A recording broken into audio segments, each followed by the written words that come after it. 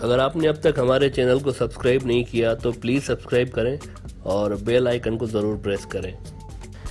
India इस वक्त बांग्लादेश का सबसे बड़ा ट्रेड पार्टनर तो नहीं है, लेकिन फिर भी बहरहाल इंडिया एक बड़ा ट्रेड पार्टनर ज़रूर है बांग्लादेश के लिए। इस वक्त जो बांग्लादेश का सबसे बड़ा ट्रेड पार्टनर है वो चीन है और इंडिया के ऊपर से बांग्लादेश की जो डिपेंडेंसी है ये मुसलसल डाउन हो रही है। इसी सिलसिले में इंडिया के लिए बांग्लादेश से एक और परेशानी की खबर ये आई है कि बांग्लादेश और इंडिया का जो ट्रेड है वो 23% गिरा है अप्रैल से लेकर अगस्त तक इसी साल। ये भी याद रहे कि इन 5 महीनों में इंडिया की जो अपनी एक्सपोर्ट है वो भी मुसलसल 5 महीने नीचे रही थी। इंडिया की ministry of industry and commerce की जो डेटा है उसके मुताबिक इस साल अप्रैल से लेके अगस्त तक बांग्लादेश और इंडिया के दरमियान जो ट्रेड है वो 23.3% गिरा है। और उनका कहना था कि इसी अरसे के बीच यानी अप्रैल से अगस्त के बीच जो ट्रेड था इन दोनों मुल्कों का वो 263 करोड़ 50 लाख डॉलर था, जबकि लास्ट ईयर इसी अरसे में इंडिया का जो बांग्लादेश के साथ ट्रेड था वो 355 करोड़ 37 लाख डॉलर था। यहाँ ये भी बात काबिल जिक्र है कि बांग्लादेश और इंडिया का जो ट्रेड है ये 80 to 90% वेस्ट बंगाल से होता है।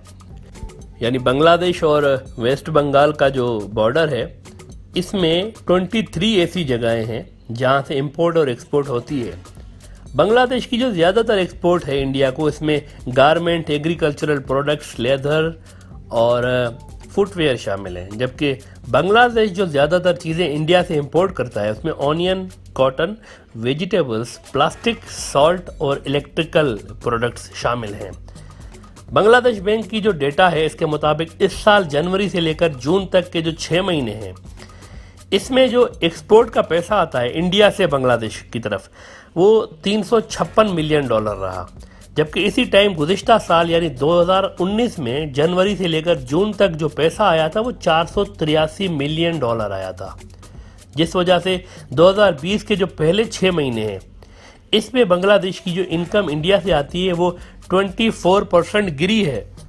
अब जबकि बांग्लादेश की चीज़ें इंडिया में 24% कम बिकी है मॉनिटरी वैल्यू के हिसाब से, तो इसके नतीजे में बांग्लादेश ने भी इंडिया का जो सामान खरीद रहा होता है वो भी 51% खरीदना कम कर दिया है।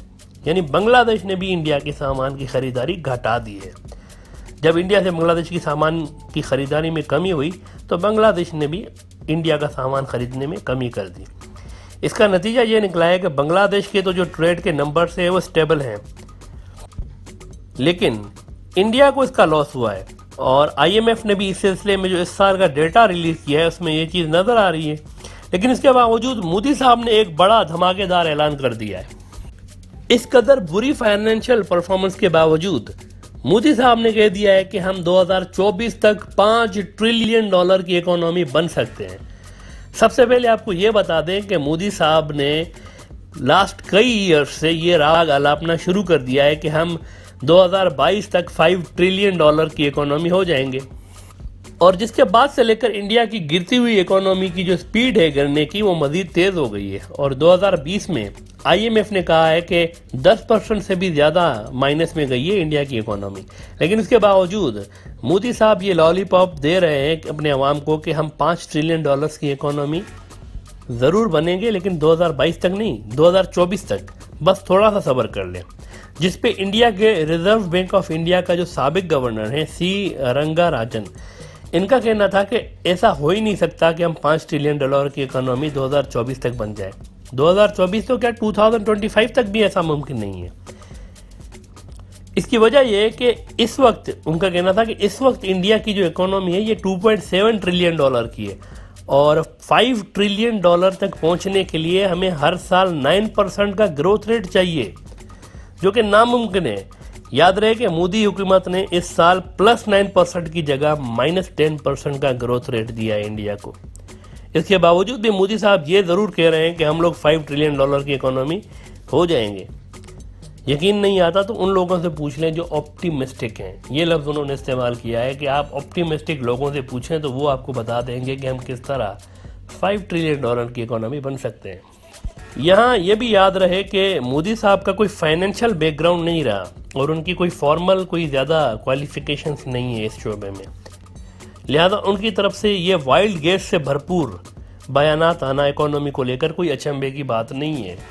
देखिए, बीजेपी सरकार का मसला यह है कि वो इंडिया को आलमी सतह पर ओवर एस्टिमेट करते रहते हैं। मोदी साहब की जो हुकूमत की पॉलिसीज़ हैं ये हिंदुत्व आइडियोलॉजी और परसेप्शन पे बेस्ड है कि हम कोई बहुत बड़ी ताकत है, जबकि फिगर्स कुछ दूसरी ही कहानी बयान कर रही हैं। दुनिया की पावर बनने के लिए जो सबसे ज़्यादा ज़रूरी बात है वो ये है कि आप डेवलप्ड मुल्क हो, और डेवलप्ड मुल्क की डेफिनेशन ये है कि उसकी कम से कम जो पर कैपिटा इनकम हो वो $12,000 हो, जो कि इंडियन रुपयों में 8,60,000 बनती है, जबकि इंडिया की पर कैपिटा इनकम $12,000 नहीं है, सिर्फ $1,800 है। यानी आप हैं अंडर डेवलप्ड मुल्क, लेकिन आपकी पॉलिसीज ऐसी हैं कि गोया कि आप अमेरिका के बाद दुनिया की दूसरी बड़ी ताकत हैं।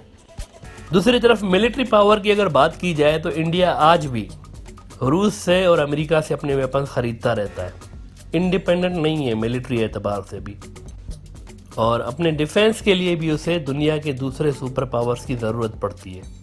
लेकिन उसके बावजूद इस परसेप्शन को बेचा जाता है कि इंडिया एक बहुत बड़ा पावर है, मिलिट्री एतबार से भी और इकोनॉमी के एतबार से भी, जबकि रियलिटीज़ आपके सामने है। $1,800 की पर कैपिटा इनकम, और जबकि चाहिए $12,000 की पर कैपिटा इनकम अपने आप को सुपर पावर कहने के लिए, कम से कम $12,000 की।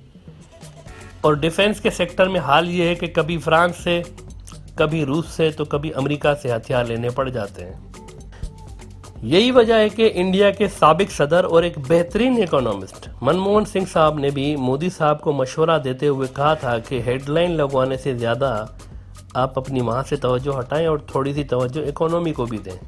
इस साल के शुरू में मनमोहन सिंह साहब ने ये प्रेडिक्ट किया था कि मुझे लगता है कि हम अलग ही किस्म की क्राइसिस की तरफ बढ़ रहे हैं। इस साल के शुरू में उन्होंने ये कहा था, और उनका कहना था कि इस वजह से हमारे लिए लंबा इकोनॉमिक स्लो डाउन आने वाला है। और अब जबकि उनकी बात को 9 महीने गुजर चुके हैं, तो IMF ने ये रिपोर्ट किया है कि इंडिया की जो 2020 में ग्रोथ है ये -10% हो चुकी है। मनमोहन सिंह का फरवरी में कहना था कि अभी मोदी साहब की जो नोटबंदी वाला शौक था, इकोनॉमी उससे निकली नहीं थी कि उन्होंने जल्दी जल्दी में इंडिया की जो GST है वो भी लागू कर दी। इसके बड़े ख़राब असरात सामने आने वाले हैं, और इस वक्त इंडिया एज अ कंट्री, वहाँ की जो इकोनॉमी है वो इन ख़तरात को देख रही है, महसूस कर सकती है। देखिए, बात ये नहीं है कि मोदी साहब ने ये क्यों कहा कि हम $5 ट्रिलियन की इकोनॉमी 2024 तक बन जाएंगे। बात सिर्फ ये है कि लीडर को रियलिस्टिक होना चाहिए, और जो हकीकत हो अपने अवाम को वही बतानी चाहिए। $5 ट्रिलियन की इकोनॉमी बनने के लिए इंडिया को हर साल 2025 तक +9% का ग्रोथ रेट चाहिए, जबकि कोविड आने से पहले भी इंडिया की जो ग्रोथ थी वो 3% से भी कम थी। जो रियल ग्रोथ थी उनकी वो 3% से आसपास थी, और चाहिए 9%। तो ऐसे में $5 ट्रिलियन का लॉलीपॉप देना मोदी साहब को शोभा नहीं देता है।